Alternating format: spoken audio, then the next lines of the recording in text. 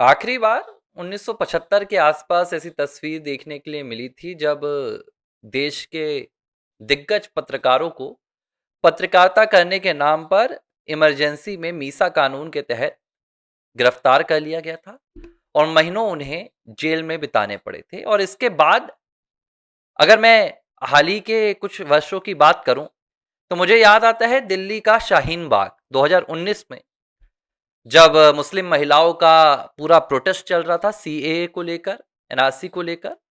तो शाहीन बाग के जो हालात थे वो हालात भी इसी तरीके के थे कि वहां पर किसी भी पत्रकार को जाना अलाउड नहीं था। शाहीन बाग में सिर्फ वही पत्रकार जा सकते थे या सिर्फ वही पत्रकार वहां पर जाकर रिपोर्ट्स बना सकते थे जो उस वक्त शाहीन बाग के प्रोटेस्ट के पक्ष में बोलेंगे, जो मुस्लिमों के पक्ष में बोलेंगे, जो शरिया के पक्ष में बोलेंगे, जो इस्लाम के पक्ष में बोलेंगे और जो सरकार के विरोध में बोलेंगे। यह शाहीन बाग की तस्वीर थी और उन दिनों कई दिग्गज पत्रकारों को शाहीन बाग के चौखट पर सुरक्षा कर्मियों के साथ खड़े होकर, भीड़ के बीच नहीं बल्कि भीड़ से दूर खड़े होकर पत्रकारिता करनी पड़ी थी, रिपोर्टिंग करनी पड़ी थी। 19 के बाद अब 2026 में यही तस्वीर फिलहाल देश की राजधानी जंतर मंतर के इस सीजेपी छात्र प्रोटेस्ट से नजर आ रही। 20 जुलाई के बाद से, जब से यह आंदोलन उग्र हुआ, जब से यह पूरा आंदोलन हिंसक हुआ, जब से यह पूरा आंदोलन अश्लील हुआ। इस देश में पहले भी आंदोलन हुए हैं जो हिंसक हुए हैं, लेकिन अश्लील तो बहुत कम आंदोलन हुए हैं। यह पहला मुझे लगता है कि देश का सबसे अश्लील आंदोलन है। मैं इस पर अलग से चर्चा करूंगा, लेकिन फिलहाल मैं मीडिया के मुद्दे पर बात कर रहा हूं।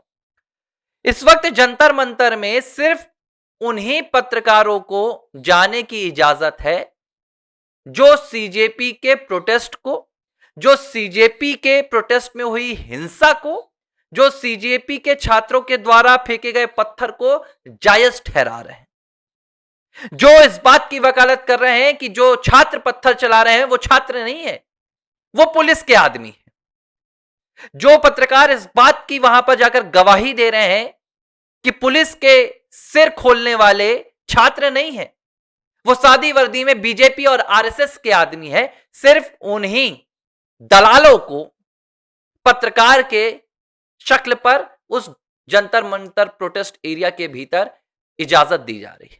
और ये कोई पुलिस की बैरिकेडिंग नहीं है, ये पुलिस की कोई नाकाबंदी नहीं है। ये नाकाबंदी उस भेड़िए की शक्ल में वहां बैठी भीड़ की है, जिसके संस्थापक इस पूरे प्रोटेस्ट के, मैं कहूंगा कि नेतृत्वकर्ता अभिजीत दीप के, जो जय भीम का नारा लगा रहे हैं, इनकी मैं दोगली जो हरकत है उसको मैं क्या बोलूं। हाथों में संविधान लिए हैं, नाम बाबा साहब अंबेडकर का जप रहे हैं, जुबान पर नारा जय भीम का है और इसी लोकतंत्र के चौथे स्तंभ को कुचलने में पूरी मदद कर रहे हैं।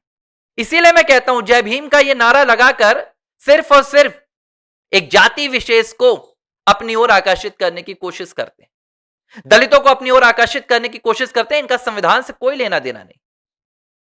4 दिन हो गए हैं, सैकड़ों पत्रकार पीटे जा चुके हैं। वो इसलिए नहीं पीटे गए कि वो भीड़ में जाकर भीड़ से कुछ झड़प कर रहे थे या प्रोटेस्ट को रोकने की कोशिश कर रहे थे, वो सिर्फ अपना काम कर रहे थे। अब पक्ष में दिखाना या विपक्ष में दिखाना, ये आप पत्रकारों को नहीं कह सकते हैं।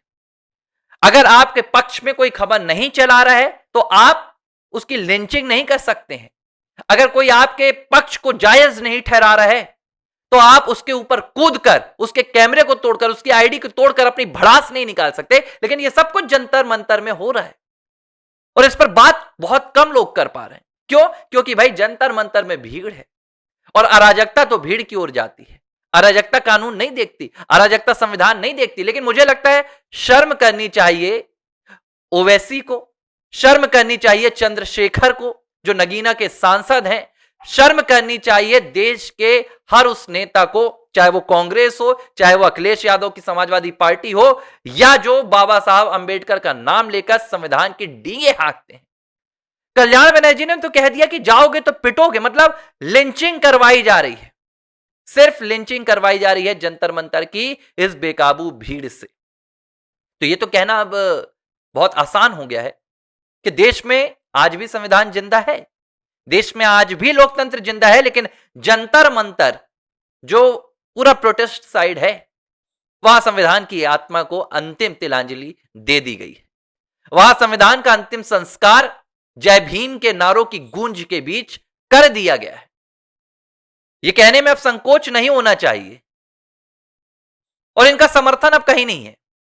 वहां शर्त एक रख दी गई है, आओगे तो हिंसा को जायज ठहराओगे, आओगे तो सीजेपी के प्रोटेस्ट को जायज ठहराओगे, आओगे तो सरकार को गाली दोगे, अश्लीलता को जायज ठहराओगे, तो ही आपको जंतर मंतर में प्रवेश की इजाजत मिलेगी, वहां रिपोर्टिंग की इजाजत मिलेगी, नहीं तो भीड़ आपको कुचल कर वहां पर खत्म कर देगी। जिगरा है तो भाग जाइएगा, ताकत है तो दौड़ लगा दीजिएगा, नहीं तो अगर आप यह सोचकर आएंगे कि आप बाबा साहब भीमराव अंबेडकर के द्वारा रचित संविधान के अधिकारों को लेकर जंतर मंतर जा रहे, तो भूल जाइए, वहां पर जय भीम के नारे लगाने वाले आपके संविधानों के अधिकारों को कुचलने के लिए आतुर बैठे हैं। और इस देश का जो दलित वर्ग है, जो हमेशा संविधान के नाम पर आंसू बहाता है, वो इस पर चुप्पी साध कर बैठा है। और ये एक राजनीति का ना, मैं आपको बहुत खूबसूरत चेहरा दिखा रहा हूं, राजनीति का ये खूबसूरत चेहरा है। राजनीति में यही होता है, कोई ये नहीं कह रहा है, कोई भी सत्ता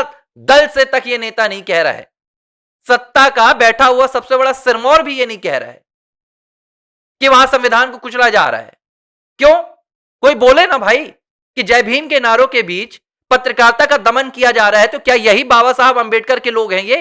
यही अंबेडकरवादी हैं ये? अरे नहीं बोलेंगे भाई, इनसे वोट बैंक चलता है सरकार का, इन्हीं के वोटों से सरकार चलती है, इन्हीं के लिए सरकार यूजीसी के नए नियम लेकर आती है, इन्हीं के लिए सरकार सुप्रीम कोर्ट के निर्णय को भरी संसद में पलटती है। सब फालतू बात है, बकवास है कोरी। ना तो कोई संविधान का रक्षक है, ना तो कोई लोकतंत्र का रक्षक है। यहां पर भीड़ है, और भीड़ से अगर आपको अपने आप को बचाना है तो आपको अपनी बाजुएं दुरुस्त करनी होगी, आपको अपने टखने मजबूत करने होंगे, क्योंकि दौड़ लगाना होगा। यह भारत की स्थिति है, और भारत की राजधानी दिल्ली का हाल है। अब आपको तय करना है कि भाई संविधान का रक्षक कौन है, यह सरकार, ये प्रोटेस्टर्स, या हाथों में संविधान की प्रतियां लेकर बाबा साहब के नारे लगाने वाले, जय भीम के नारे और जय घोष लगाने वाले। वीडियो को शेयर कीजिएगा, सहमत हो ना सहमत हो तो ना शेयर कीजिएगा, लेकिन इस राष्ट्र की आत्मा को संजीव रखने के लिए, इस राष्ट्र की आत्मा को जीवित रखने के लिए हम इसका बहिष्कार करेंगे।